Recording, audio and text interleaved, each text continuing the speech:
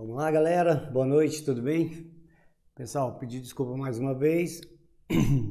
Desculpa, quinta-feira passada tivemos problema aqui com a internet. Talvez esse período chuvoso, né? Faça isso. Bom, pessoal, vamos hoje terminar a nossa parte 2 de interpretação de exames na pediatria, né? Que são as crianças aí. Tem um caso hoje um pouco triste para falar para vocês, mas a priori a gente vai ver que vai dar tudo certo. As crianças são meio delicadas mesmo. Bom, pessoal, aproveitando, lembrando, me siga lá, né, no canal do Instagram, joaca.analiseclínica, acione aí o nosso sininho, nos siga, comente. Pessoal, quando quiserem fazer pergunta, pode fazer, mas manda no Instagram, é mais fácil, eu vejo mais, eu tenho mais acesso, tá ok? Pessoal, vamos lá. Então, tem um exame aqui de uma pacientezinha, né? 4 anos, sexo feminino, as iniciais aí, LCA. E quando a gente olha para o hemograma dessa criança, a priori, logo de cara, a gente já vê que é uma criança que tem anemia. Ela tem um valor de hemoglobina menor que o valor de referência do nosso laboratório, um hematócrito baixo de 34. Porém, ela tem um número normal de glóbulos vermelhos. E aí, quando faz a relação hematócrito-hemácia, a gente vai ver aqui, ó, deixa eu pegar um lápis vermelho aqui, a gente vai ver que aqui, ó, eu tenho um VCM diminuído. E VCM diminuído, que é o que mede o volume corpuscular médio das hemácias, mostra que tende a ter uma microcitose. As hemácias estão com um tamanho menor em diâmetro do que o tamanho de normalidade. Normalmente uma hemácia ela tem entre 7 e 8 micrômetros. Então aqui a gente vai pensar uma hemácia, sei lá, com 5, 6 micrômetros de diâmetro. E aí é constatado aqui, ó, exatamente onde quem fez a leitura da lâmina botou aqui, ó, microcitose uma cruz. Ok, mostra que a priori é uma alteração discreta, ok? Mas tem uma alteração aí relevante, até porque o HCM, que é um excelente marcador para as hemácias hipocrômicas, também foi assinalado aqui com uma cruz de hipocromia. Então, a priori, o que eu posso dizer logo no primeiro instante é que essa criança de 4 anos tem uma anemia microcítica hipocrômica, que é muito característico de paciente com deficiência de ferro. Então, tem aí uma anemia ferropriva instalada. Bom, claro que acredito que o clínico, né, o pediatra que atendeu, ele vai suplementar, vai passar lá um sulfato ferroso, né, e depois pedir para que essa criança repita o exame. Eu não sei se eu falei na aula passada, pessoal, mas a gente sempre, quando vai coletar sangue de criança, normalmente os médicos, né, não solicitam uma grande quantidade de exame, até porque, imagina, já coletar sangue de criança já não é tão fácil, às vezes algumas dão muito trabalho, então se tivéssemos que ficar coletando volume grande, 10, 15, 20 ml de sangue, seria bem trabalhoso para quem está dentro do laboratório. Bom, ela tem uma leucometria normal aqui de 10.800, entretanto, pessoal, ela tem aqui, ó, algo muito interessante, ela tem uma neutropenia, que denota da diminuição de neutrófilo segmentado, né, uma vez que são as células que perfazem a primeira linha de defesa do nosso organismo, e ela tem um aumento aqui, juntando os linfócitos típicos com os linfócitos reativos, ela tem uma discreta linfocitose. Bom, por se tratar de criança, o que a gente poderia pensar no primeiro momento é que, além da anemia ferropriva, poderia ser uma criança que está com mononucleose infecciosa causada aí pelo vírus Epstein-Barr, ok? Ou alguns também chamam, né? A literatura chama também de doença do beijo. E as plaquetas, tá ok? Então, é muito comum nessa fase de criança, 4 a 12 anos, a criança ser infectada pelo vírus Epstein-Barr, que, olha, vou colocar aqui para vocês, ó, é um tipo de herpes, né, o HSV4, e o Epstein-Barr, ele normalmente o Epstein-Barr ele infecta os linfócitos, né, as células B, e acaba causando uma reatividade dos linfócitos T e CD8. Por isso que quando a gente faz a lâmina, a gente vê vários linfócitos reativos ou atípicos, a gente tem que relatar, porque essa criança ela tem que ser acompanhada, tem que ser tratada. Caso isso não aconteça, isso pode evoluir para um linfoma chamado linfoma de Burkitt, tá ok? Bom, vamos ver o exame marcador renal. Então, uma criança que tem uma ureia bastante baixa, né? O valor de referência do nosso laboratório é de 15 a 40, e perceba que eu comentei isso na aula passada, na nossa live passada, que nós usamos os mesmos valores de referência para adulto, tá ok? Então, quando a gente olha, quando uma ureia, né, juntamente com creatinina, que são dois excelentes marcadores renais, olhando especificamente aqui para a ureia, olha só, quando a gente tem valor elevado, como por exemplo aqui, pode estar relacionado à desidratação, por que não, né? Talvez essa criança deixou de beber, a criança ou o adulto que esteja com a ureia aumentada, pode ser uma desidratação. Sangramento, infecção, que aí poderia causar tanto uma glomerulonefrite como uma pielonefrite ou uma nefropatia. Bom, hipertrofia da próstata não, né? Até porque é uma criança do sexo feminino, então a gente deixa o alterado para lá e a gente pega aqui, ó, o valor diminuído, que é o que condiz com a ureia dessa criança. Então, hidratação vigorosa, e aí teria que na anamnese ver se ela bebe, eu acho pouco provável, mas aí teria que investigar, ó, porque insuficiência hepática poderia ser uma das consequências dessa ureia estar diminuído. Claro que gravidez vamos descartar, é uma criança, álcool também, e cirrose hepática, bom, deixaria interrogado, teria que ver a TJ-TGP, principalmente para ver se tem alguma elevação, tá ok? Bom, a creatinina também diminuída, o nosso valor normal lá é de 0,57 a 1,1 e ela tem um valor de 0,4 miligramas por decilitro. Então, na verdade, pessoal, o que mais interessa para a gente quando a creatinina está aumentada? Não tem tanta relevância quando a creatinina está diminuída. Se tivesse aumentada, podemos pensar em todas essas possibilidades aqui. Insuficiência renal crônica, insuficiência renal aguda, poderia estar relacionada proveniente do metabolismo muscular, ou seja, principalmente, né, pessoas que têm uma lesão muscular, seja por academia, aumento da atividade renal ou aumento na concentração do sangue, que estaria elevando esse valor de creatinina.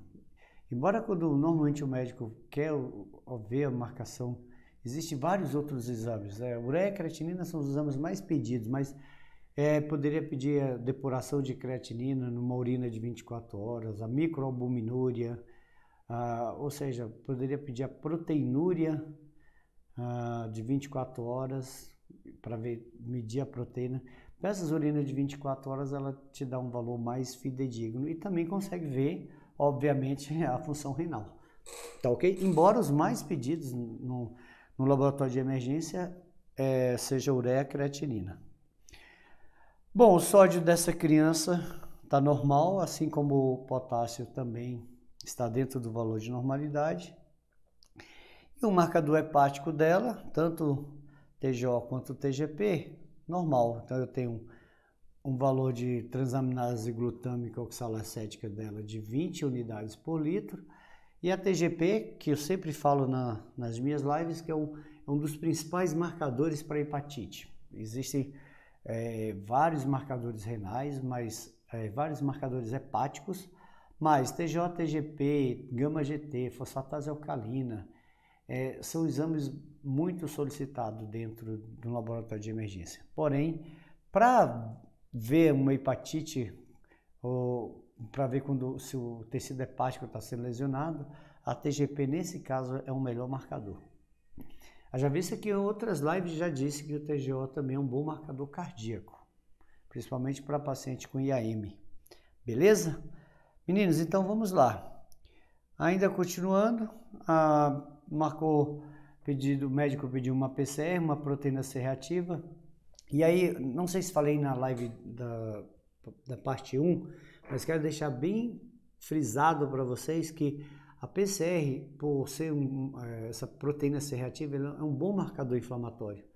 Mas quando se trata de criança, ou se trata, por exemplo, de exames que fazem parte da prova reumática, aí sim, PCR, AEO, que é o anti-estreptolizina O,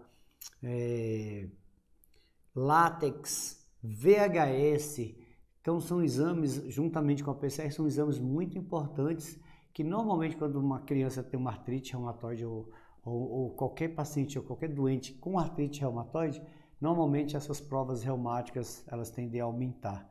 Bom, ela tem uma PCR bastante aumentada, haja vista que o valor de referência é inferior a 0,5, dela deu 5,44, que é, ou seja, 10 vezes mais, né? Porém, aí tem que investigar, porque PCR, por ser um marcador inflamatório, se essa criança tiver realmente uma infecção, e a gente já deu uma ideia ali atrás, né, no hemograma, que ela pode ser que ela esteja com mononucleose infecciosa, aí PCR vai aumentar. Se ela também tivesse com infecção de garganta, por Streptococcus pyogenes, por exemplo, é comum o valor da PCR aumentar, tá ok? Bom, e aí ela fez o VHS, tá aqui, ó, o VHS também está aumentado, então é muito provável, está aqui, agora estou eu superestimando uma hipótese minha que provavelmente esse médico deve estar investigando exatamente prova reumática, tá? Ou até porque pediu PCR, porque pediu VHS, provavelmente pode ser que tenha pedido outras provas reumáticas. Ok. E aí então a gente entra no nosso segundo caso da noite, uma criança de 7 anos, também do sexo feminino, aqui com as iniciais LCLB, tá ok? Então vamos ver como é que os exames dessa jovenzinha tá. E infelizmente essa pacientezinha, pessoal, ela não tem uma história tão boa, porque foi uma paciente que chegou com suspeita de meningite bacteriana, a priori, porque fizeram a coleta do líquido cefalorraquidiano. Daí já aproveito, pessoal, quando a gente fala do líquor, né, ou do líquido cefalorraquidiano em laboratório, eu vejo que é muito comum, muitos colegas correm, ou porque tem medo de fazer, ou porque, não, sei lá, talvez não saibam fazer adequadamente. Mas eu só vou dar uma dica para vocês. No site do Isaacs, pessoal, tem um curso que eu gravei falando de líquor, falando da citologia, da citometria, dos exames bioquímicos, falando, por exemplo, da bacterioscopia, que é muito relevante, porque quando o líquor chega, uma das primeiras coisas que a gente tem que fazer, vamos dizer, entre a primeira hora e meia, a gente tem que fazer alguns exames de rotina do líquido, e a bacterioscopia é um deles, porque eu preciso saber qual é o tipo de bactéria, se a meningite é bacteriana, se é uma gram positiva, se é uma gram negativa. E aí lá no site do Isaacs eu fiz um esqueminha mostrando por que a bactéria gram positiva se cora na cor violeta ou azul, como muitos chamam, e por que a gram negativa se cora em vermelho ou rosa. Então lá tem um esqueminha para, se você é da área, biomédico, biólogo, farmacêutico, bioquímico, que sei lá, que não sabe o princípio dessa coloração, dá uma olhada lá que ficou muito legal esse esquema. Então, essa paciente chegou com suspeita de meningite, então, no primeiro momento, olha só, quando eu olho para o hemograma, de cara aqui, ó, eu já vejo que ela tem anemia. Até, já visto aqui, todos os 3 parâmetros aqui de hemácia, hemoglobina e hematócrito estão diminuídos. E aí, claro, quando faz o cálculo para ver os índices hematimétricos, tanto VCM, HCM e CHCM, estão todos eles aqui, ó, dentro do valor de normalidade. Inclusive, né, tanto RDW-CV, que é o que eu mais gosto para ver a anisostose, quanto o RDWSD. Então, mesmo estando dentro da normalidade, né, quem fez a análise da lâmina, acabou liberando aqui, ó, anisostose 1 cruz, mostrando que mesmo estando dentro do valor de normalidade, já que é uma anemia normocítica normocrômica, é o que nós temos aqui, as hemácias elas têm um diferencial. Bom, talvez se eu tivesse fazendo, se fosse eu que tivesse feito esse exame, talvez eu não liberaria essa anisostose 1 cruz, até porque tanto o VCM está normal. Mas, como eu sempre digo aqui na nossa pós-gemato, né? Às vezes os índices estão normais, às vezes o HCM está dentro do valor de normalidade, e aí você vai olhar, tem hemácia hipocrômica, e aí não tem o que fazer, pessoal. Quem está olhando a lâmina tem que liberar o que vê, né? Se você tem certeza, você tem que fazer isso. Mas olha que interessante, quer dizer, não tão interessante porque se trata de uma condição patológica, sei lá, provavelmente grave, né? Uma vez que o paciente tem uma leucocitose, deixa eu só apagar aqui porque eu vou precisar do valor de baixo aqui. Ele tem uma leucocitose, não é isso? Olha aqui, de 30.500. O valor normal para esta criança de 7 anos só seria de 3,4 a 9,5. Mas eu sempre digo, pessoal, não precisa decorar. Se tiver um hemograma com 4.000 a 11.000 por milímetros cúbico, tá ótimo. Então, uma leucometria excelente, tá ok? Mas ela tem 30.000, então isso aqui já indica uma infecção. Quando a gente vai para a lâmina, né, e quando essa pessoa levou a lâmina para o microscópio para fazer a diferencial, para fazer a análise da hemácia dos leucócitos, olha o que ela fez, né, a contagem que ela fez. Ela acabou contando 5 bastonetes, que são neutrófilos. Bastonetes são é uma célula ainda mais jovem que o neutrófilo segmentado, porém ela indica no hemograma que essa criança tem uma neutrofilia, que é o aumento do número de neutrófilos. Tá ok? Então, aqui a gente já começa a sugerir um desvio à esquerda. Isso, normalmente, é característico de infecção bacteriana. E aí tem que ver, será que realmente essa infecção bacteriana é a meningite? Ou será que o líquido cefalorraquidiano vai dar normal, vai dar negativo e aí passa a ser realmente uma infecção outra, de garganta, uma infecção, um pielonefrite, uma infecção urinária, né? Haja vista que é uma criança do sexo feminino de 7 anos.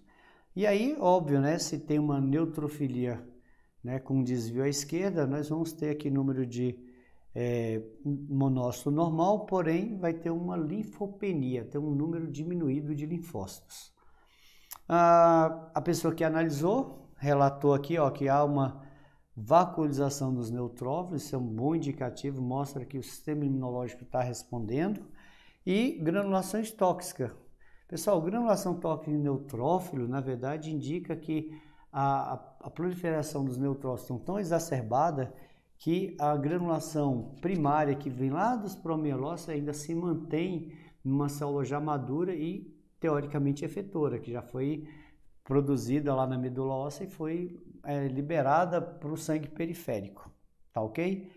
Então, infelizmente, não é um hemograma normal, com várias alterações, e aí, uma vez que se descarta, né, a meningite bacteriana, tomara que não seja,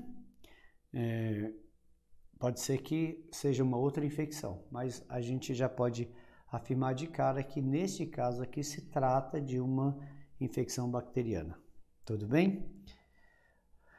Bom, plaqueta normal, normalmente nas infecções bacterianas, normalmente a gente espera é muito comum, né, cursar uma leucocitose com uma neutrofilia e uma plaquetopenia. Até então, a plaqueta se mantém normal, 370.000, está dentro desse espectro aqui de normalidade que no nosso laboratório a gente usa de 150.000 até 450.000. Tudo bem? Bom, e os exames bioquímicos? Bom, pediu a PCR, muito elevado, olha. Veja que aquela outra lá a gente tinha um valor de 5,44, aqui eu tenho 16,9. Mas aí, óbvio, né? Aqui já era de se esperar que a PCR daria aumentada, até porque a gente já tem um processo infeccioso em curso. O hemograma já mostrou isso. A neutrofilia associada ao desvio à esquerda, que é o aumento do número de neutrófilos bastonetes, também já mostrou isso. Então, era de se esperar. Ok? Bom, então, antes de sair lá do nosso caso da menina de 7 anos, eu espero, espero que não seja meningite, né? Vamos acompanhar o resultado, esperar a cultura. Mas com certeza, o médico com certeza já deve ter entrado, né, com antibiótico e com certeza já deve estar cuidando, né, dessa criança. Bom, nosso terceiro hemograma da noite é de um paciente também grave, embora ainda não repercutiu no hemograma, mas olha, é um garoto de 8 anos, né, que está no boxe de emergência. Pessoal, boxe de emergência é como se fosse uma pré-UTI, né? Existe lá todos os cuidados de uma UTI. São pacientes realmente que já está bastante grave. Bom, e aí vamos analisar o hemograma? Bom, olhando para o hemograma, foi aquilo que eu falei para vocês, ó. Às vezes você olha o hemograma assim, ó, tá todo normalzinho, ó. Então a hemácia está normal, a hemoglobina está normal, mas olha o VCM.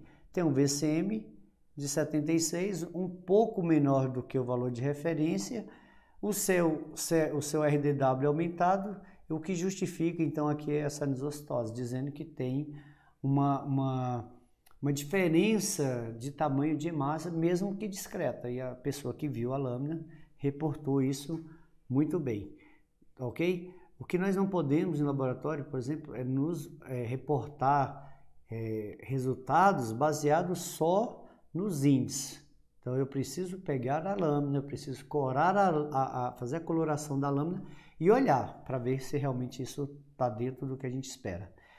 E o leucócito dele está 9.600, ele tem 2 bastões que está dentro do valor de normalidade, e aí então ele tem uma diferencial normal.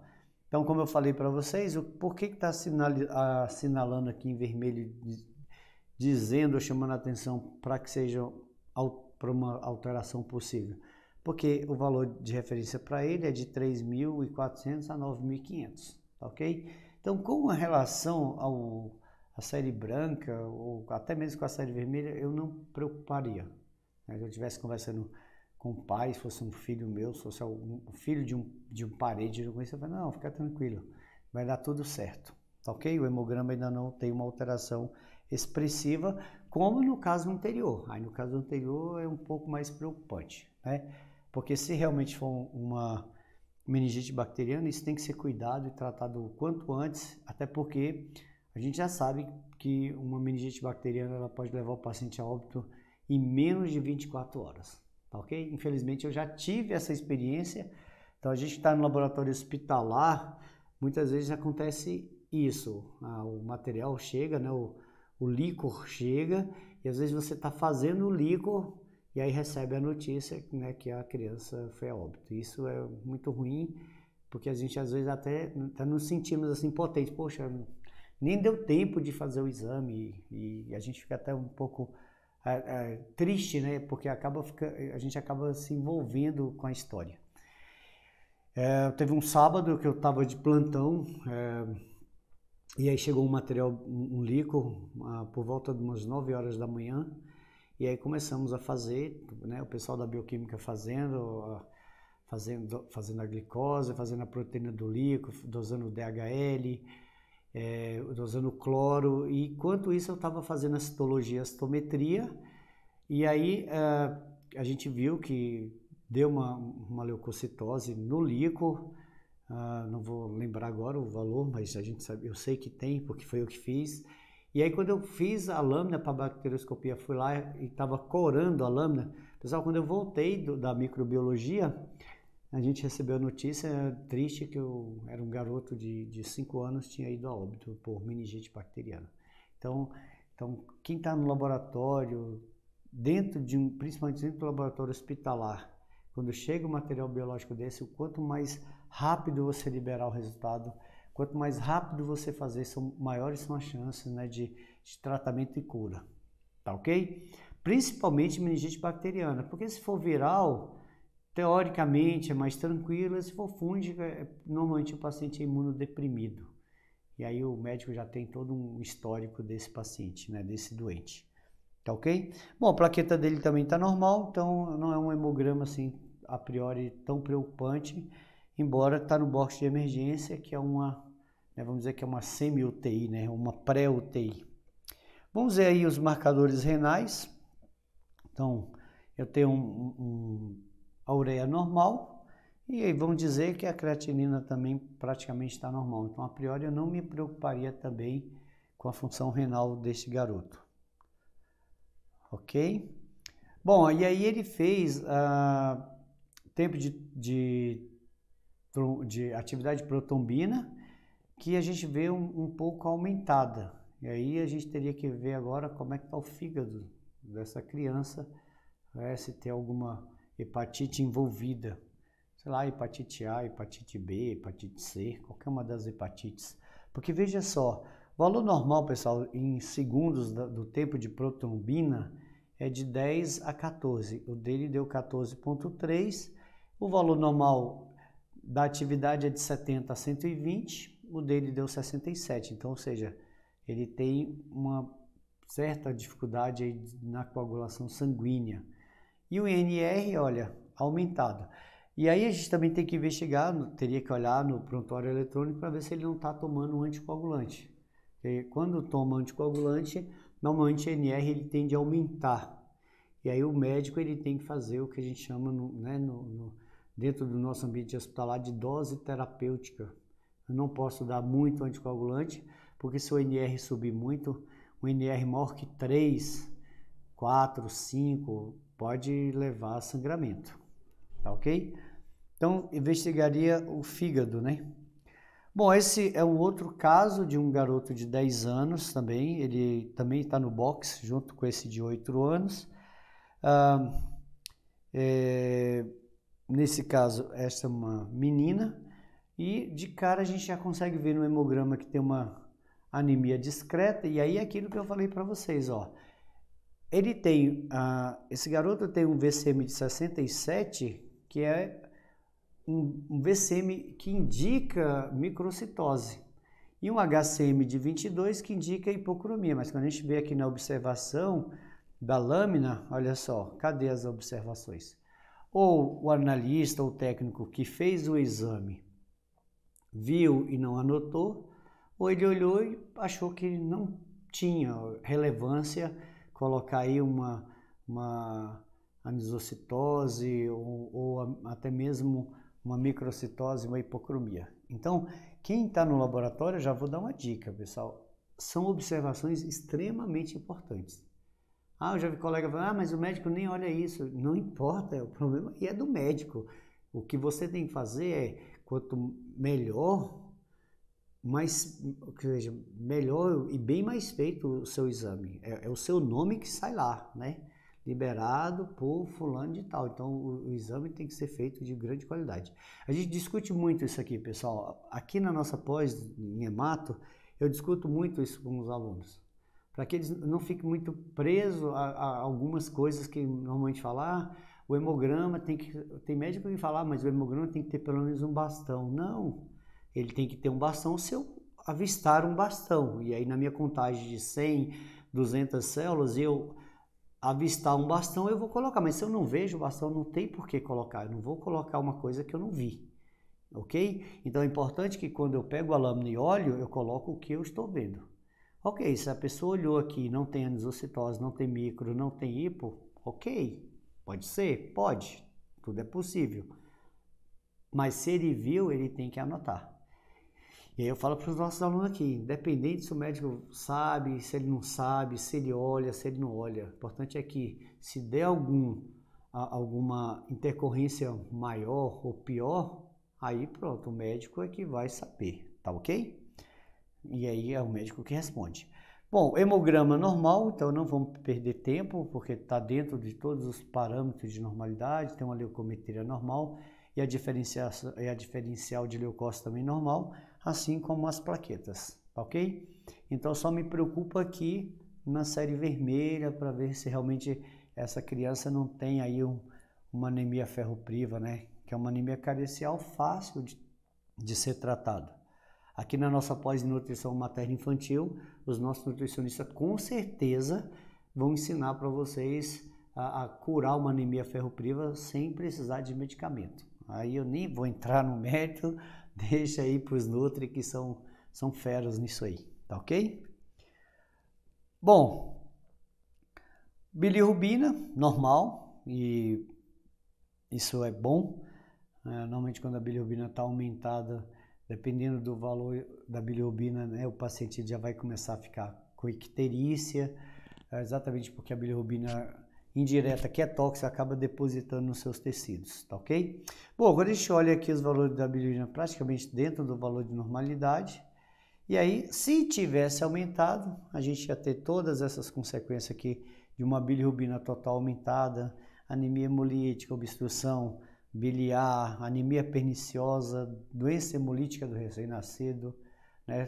Muita gente chama isso aqui também de eritroblastose fetal. Se a bilirrubina indireta tivesse elevado, normalmente é o que leva à icterícia do recém-nascido, e muitos pacientes com anemia ou doença falcêmica pode, né, por conta de uma destruição exacerbada de glóbulos vermelhos, pode ter a conversão aí da hemoglobina em bilirrubina e pode se apresentar ictérico. Quando a gente fala, o paciente está com o branco do olho amarelo, por exemplo. Bom, a bilirrubina indireta a gente já sabe, é a bilirrubina que é a bilirrubina não conjugada, então a bilirrubina que está livre, e a bilirrubina direta, que é a bilirrubina conjugada, quando dá elevada, independente da idade do paciente, poderia ser uma obstrução biliar ou até mesmo intoxicação por drogas, ok? Pode ser drogas antineoplásicas, benzeno, tá ok? Bom, aí vamos ver os marcadores renais, ó, todos eles diminuído, é o que teoricamente a gente ia pensar num paciente com bem hidratado, superidratação, aí se ele está no soro, poderia ser uma das explicações, mas pelo menos uma coisa boa a gente já sabe que ele a priori não tem problema renal. Tá ok? Amilase normal. Pessoal, a amilase, aí a gente vê duas, né? Tanto a amilase pancreática quanto a amilase salivar. E a amilase é um bom marcador pancreático, é um bom marcador para cachumba, tá ok? Ou inflamação nas parótidas, que são as glândulas salivares. A gama-GT também é um bom marcador hepático, mas principalmente para quem faz uso, né, de álcool, é bem mais relevante. Mas também dentro do valor de normalidade, não vamos ficar perdendo tempo, né, a priori, quando está dentro do valor de normalidade.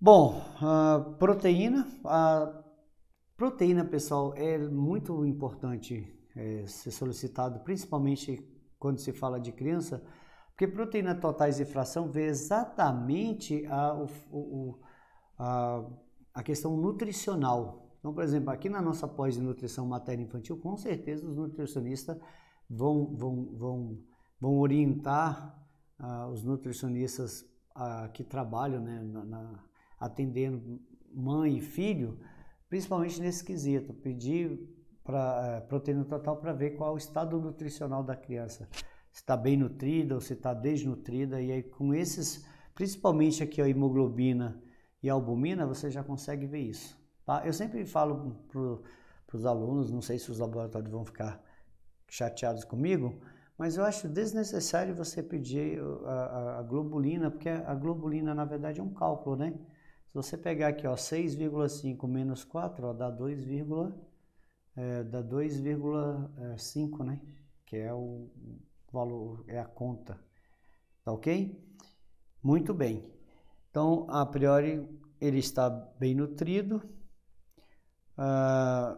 Sódio normal, aí não vamos perder, ó, tempo sódio, potássio dele está normal. O cloro está um pouquinho alto, e aí tem que investigar, ver se ele não está tendo se está tendo diarreia, se não está excretando, né? Porque se ele não excreta, ele está acumulando isso na corrente sanguínea. Ok? Cálcio normal, então é sempre interessante pedir os eletrólitos, ou como a gente chamava antigamente, né, os sais minerais, para ver se está bem. Bom, o fósforo está um pouco aumentado, ok? Isso é bom investigar por que o fósforo dele está aumentado. E diferente daquele primeiro caso que a gente falou na nossa live da parte 1, que tinha uma dislipidemia, aqui a priori está tudo dentro do valor de normalidade, tanto o triglicerídeo quanto o colesterol. Então é bom, principalmente quando se fala de criança, é bom acompanhar, né? É bom ver os índices de gordura, tanto colesterol e triglicerídeo, para ver se essa criança não está obesa, porque senão pode ter consequências, né, no futuro, principalmente cardíaca.